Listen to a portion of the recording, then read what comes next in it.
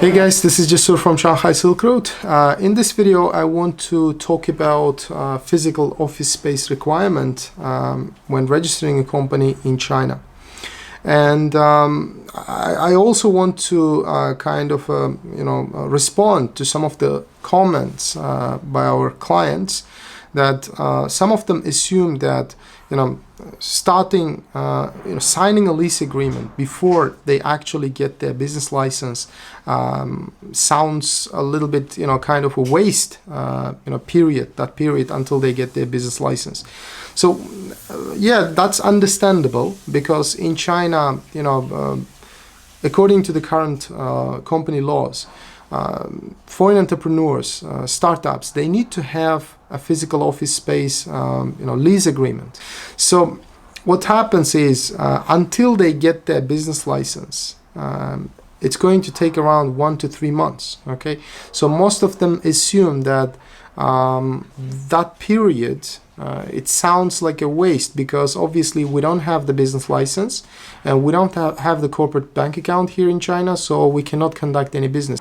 But first of all, you have to understand that this is what the law requires. Okay, it's not optional, it's mandatory.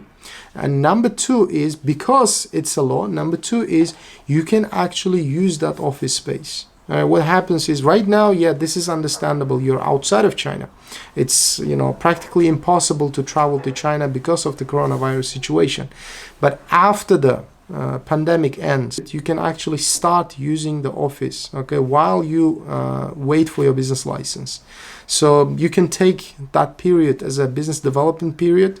You can kind of start hiring people, start interviewing people, okay, both local and foreigners, maybe start purchasing office equipment, etc., etc. But that space is yours starting the date you sign that lease agreement. Okay, basically, in other words, from the date we sign company registration agreement. Okay, because in that package you have this company registration agreement, you have a bank account opening agreement, and plus you have financial services agreement, which includes accounting services, okay, and also doing annual report for the tax office, and plus that includes the lease agreement for the office. So all these things, okay, you can immediately start using. All right, you don't have to wait until you get your business license. I hope this makes it very clear. Okay, don't assume that it's a waste. I mean, the government requires you to actually have a physical office space before you register your company. All right, they kind of assume that you are existing business person. Unfortunately, I mean, legislation here, it does not really cover all the circumstances. We understand that there are startups, we understand that there are fresh entrepreneurs who are not they're just starting businesses, but by day, year by year, Chinese company laws are becoming mature and mature, and they're trying to capture all kind of situations and circumstances. But right now, that's the requirement. Okay, you need to sign a lease agreement before you register your company, and this is not only in Shanghai, it's everywhere in China. I just want to make it very clear again. So what happens is, most of our clients, they live in different parts of China, not in Shanghai. They say, okay, I want to register my company in Guangzhou, I want to register my company in 𝐒𝐢 or Beijing, etc., etc.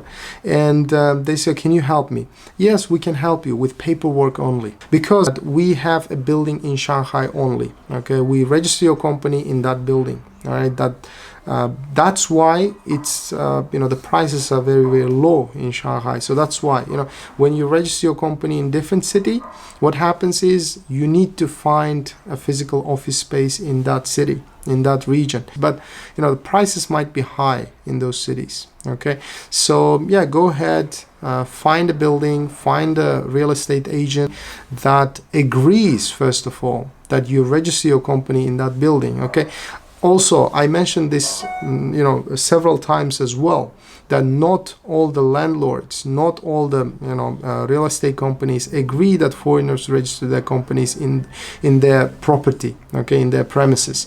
So it's kind of You know, of course, if money is not a problem, it's obviously it's not an issue. But you know, for a general entrepreneur, for a startup owner, that might be kind of challenging. Okay, first of all, financially. Second, it's not easy to find that company or a person who can take your company in their building. All right.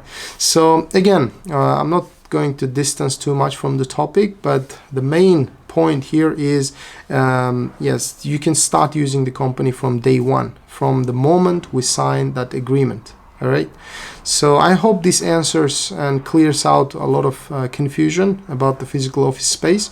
And if you have any further questions related to that or company registration in all of the jurisdictions we talk about here in Shanghai Silk Road, feel free to contact us. And in the next videos, I will be sure to address them as well. Anyways, guys, thank you. I'll see you in the next videos.